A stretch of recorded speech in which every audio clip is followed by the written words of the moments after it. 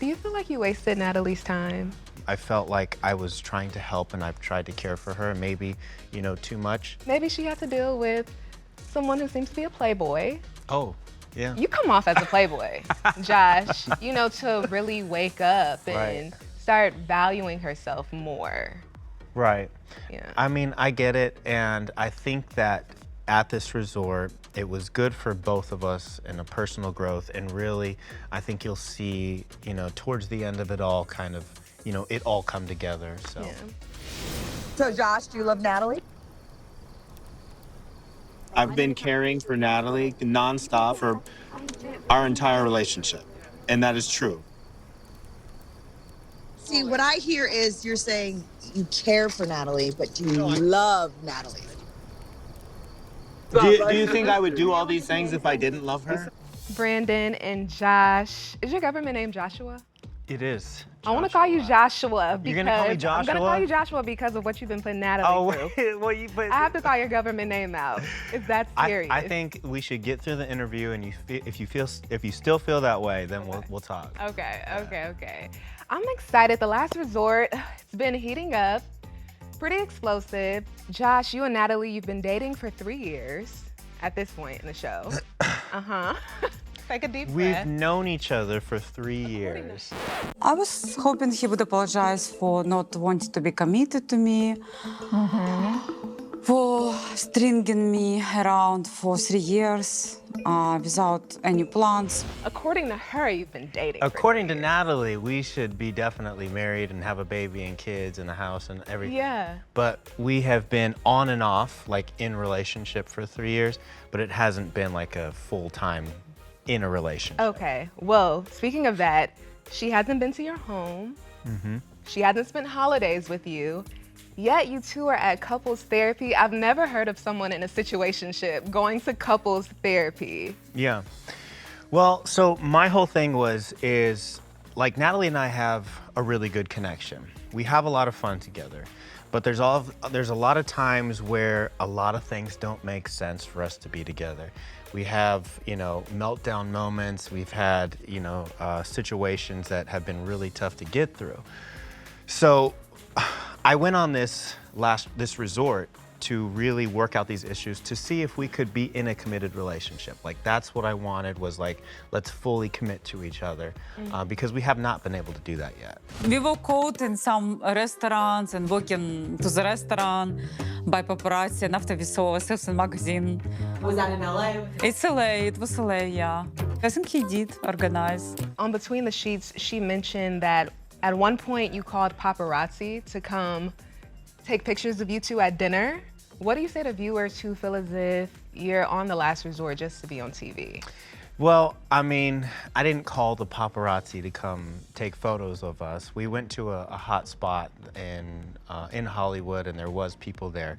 But I would say that, I'm really here to see if like Natalie and I can actually be in a real relationship. Like that's why I came to be on this show, to see if we could work out these issues that we've always had that really stop us from having a long-term relationship. Well, what has this experience taught you the most about yourself? Where did you see the most growth? I would say that going through the resort and talking with therapists was really helpful for me personally. Just because I was going through a lot of things with my son because he had been in an accident. And so it was really good for me to really start to open up and talk about my feelings. I was able to do that with like individual therapy there. Right. And so I would say that that's what I would take for it, is personal growth. It's interesting, your answer had nothing to do with Natalie. And you're at couples therapy to fix your relationship with Natalie. Yes. What do you say to viewers who feel as if you're being avoidant? I know you had to leave for your son at one point, but then there was another point where you left the resort and Natalie didn't even know where you went. And you said you don't like to be touched. What are you saying? I didn't say anything. I said I don't like to be touched. You say you opened up and you were vulnerable, but as viewers, we have not seen that side of you yet. It's been difficult for me to really express my feelings, really express my side and where I'm going through. And I feel like, it's only been one-sided in what Natalie wants and what is good for Natalie. But, what about me and what I'm going through and what my needs are, she doesn't want to listen to those. And when we tried to explain it to like the therapist, Natalie would put a stop to it immediately. And so we weren't able to really get any growth as a couple because anytime I would open up, like it was like shut down. And so it's made it really tough. That's a lesson I think a lot of us women need to adhere to. When a man starts to be vulnerable and open up, don't start screaming, don't make him shut down, don't say he's being too emotional, you know, because that'll make you draw back even more. So I can see that perspective, but then that leads to this next question.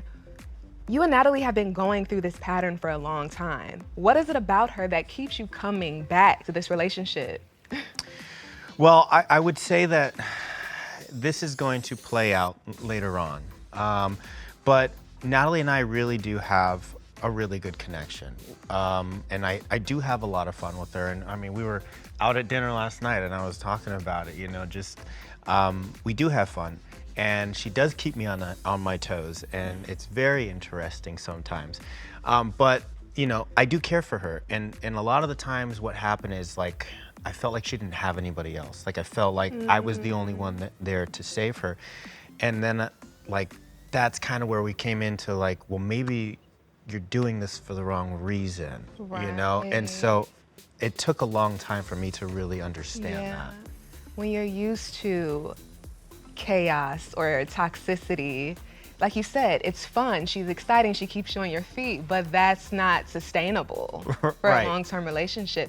And also, she wants to get married and have kids, and seemingly you don't. That's correct. Well, you know, that wasn't on the table like when we went to the resort, but you know, things change with Natalie at the snap of fingers, so you know. Yeah. Well, Brandon, what are your thoughts on Natalie and Josh's compatibility? Do you think there's something there worth saving? So yeah. Be honest. Well, I think yeah, I think Josh is in a little over his head on that one. In the morning, like it was conversation about me, Josh said he wouldn't sleep with me. So he would use certain words that made me kind of feel shame.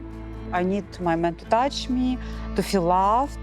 By Josh saying he doesn't want to sleep with me, it makes me feel like something wrong with me or something like that. And it felt like an insult. You know, we woke up, we were camping, I walked out to the fire and we were having conversation and they're like, Josh, how did you sleep? And I was like, you know, it was kind of rough. You know, Natalie was, you know, all over the place. It was hot and, you know, I did not sleep well. Yeah. And Natalie took that as, why would you body shame me? You make me feel body shamed. I'm not body shaming you. You're beautiful and you have a beautiful body. You're body shaming me. Come with me. I'm sorry if you misunderstood You that. just stop lying. Yeah, I want you to apologize. Apologize. And I was like, whoa, wait a second. Okay, nobody said anything about your body whatsoever, you know? And so she took that and she made an issue the entire day and was mad at me and yelling at me and spit at me and kicked me in the balls. Like, it was crazy. Wow. Yeah. Yeah, I That think is that's the moment we kind of really got a real glimpse into what he deals with, you know. Okay, and now we know why. You have awareness now that you're drawn to those type of relationships and you're working on it, right? Yeah, so I have awareness that that doesn't work. So now I think I'm looking for something a little bit more my speed. Josh, if you could go back to your younger self before dating Natalie and give yourself one piece of advice, what would it be? Is this for Natalie specific when I met Natalie? This is for you. Oh, to me? give your younger self one piece of advice before you started dating Natalie. Wow. Well, if I could give myself advice, I would say, you know, hold on because this one is going to be a wild ride, brother, but, you know. Do you feel like you wasted Natalie's time? I don't feel like I wasted Natalie's time. I don't. I feel like Natalie and I have had a great connection. But also what, you know, you're not seeing is Natalie's side of things, right? So she said that it's been 3 years, it's been off and on, and we've been trying to work at this. But also in those 3 years, like, she went back to Mike. She asked Mike to have a baby with her. Would we consider ever coming back and have a child together?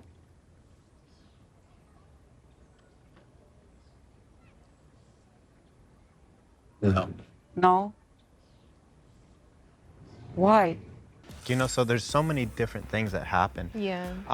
And I don't feel like I've wasted her time. I felt like I was trying to help and I've tried to care for her, maybe, you know, too much. And that's why we were here at the last resort, was to see if we could be together. I can see how it can be a sticky situation because Natalie knew what she was getting into with you. And it's like, sometimes you have to go through these lessons, these tough lessons, to really become the version of the woman she wants to be, which is ready to be a mom, ready to be a wife. And maybe she had to deal with someone who seems to be a playboy. Oh, yeah. You come off as a playboy, Josh, you know, to really wake up and start valuing herself more. Right. Yeah. I mean, I get it. And I think that at this resort, it was good for both of us in a personal growth. And really, I think you'll see, you know, towards the end of it all, kind of, you know, it all come together. So. Yeah. Question though, there are many women watching this interview right now who find themselves in similar situations as Natalie, with a partner who keeps them guessing. What do you think is the real reason men do that? And what is your advice to those women? Well, I think anybody or everybody's situation is different, you know what I mean, and why they stay in a certain relationship, and you know, they may see the good in some people, and it could be toxic, and sometimes, you know, it takes things, you know, meeting with therapists or going through experiences to really open your eyes for that. And I think that, you know, it really opened my eyes. I would say, you know, to really love yourself first and understand what you want in life, you know, and if that person is not it, like, I would say, you know, move on. Move on. Period. All right, well, you moved into Sophie's DMs, slid into her DMs. He was inviting Sophie to Las Vegas. When? A few weeks ago, Are you sure? she said it. Invited Sophie.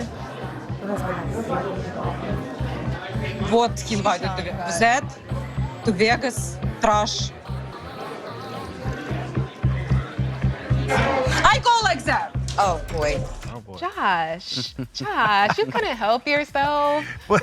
Really? Well, there's Looking back at that moment, do you think that it was appropriate to slide into Sophie's DMs and ask her to join you on a trip to Vegas? You know, I stand by what I did as far as inviting Sophie to Vegas, because it wasn't just me inviting just Sophie personally. It was a group of us that were going. A lot of people from the show. They were mutual friends. You Tim. keep saying that. It was. But why Sophie? Well, I started messaging Sophie because, you know, the cast members kind of talk together and we become friends, and so. So why didn't you message Jasmine?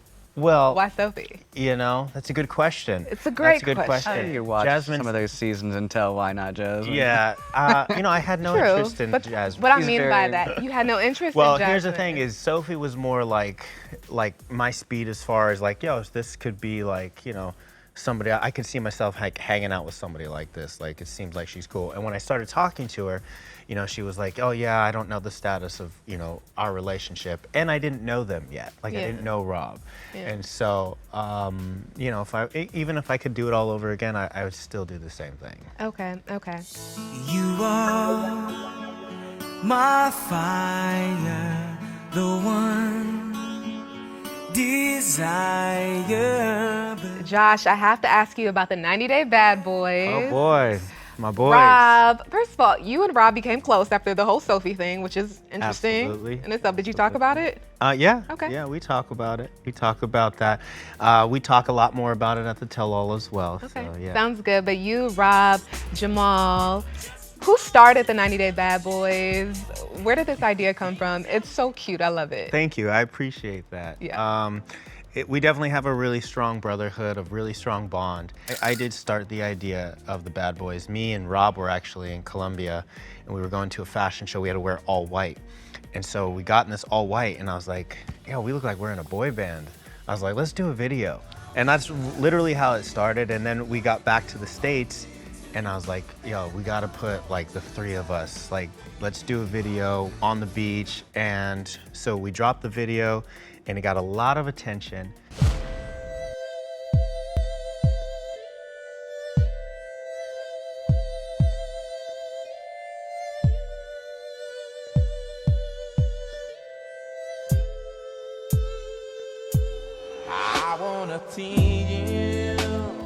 My mom And- called me about it. My mother. That's awesome. Yeah. And so, like, honestly, like, you know, we really just have a really strong bond and connection, and the banter between us is amazing. And yeah, there's a lot more to come of it. So. Well, we're looking forward to it. If Josh, since you're the brand guy here, I feel like you're pretty good with that. If Brandon Yeah. had to be part of a 90-day trio or clique, what would the name be, and who would be in the trio with him? Okay. I feel like Brandon would be a great fit for a trio, like with the bad boys coming in, and I feel like he would do a really good Four Seasons, Frankie Valli. Like he would be like the Frankie Valli of the group. Okay, so you could see him being part of the. He's not a bad boy though. I could see him Yeah, 90-day Real Husbands or And something. Bad Boys and the 90-day. Good Boy. Maybe, yeah. The good boy, 90-day good boys, Yeah. 90-day good boys. The 90-day faithful good men. Yes, there are not many of you. You can join Alex, Kobe. Oh yeah, he's a sweetheart. Yeah, the I love him. 90-day Think of anyone else? faithful. Yeah, the 90-day faithful. I like it. I like that too. it. Maybe I'll direct something. We'll be good. There we go. Hey, you better keep this going. I mean, I love the creativity. Thank you. All right, gentlemen, thank you so much. Thank you so Thank much. you. Thanks for having us.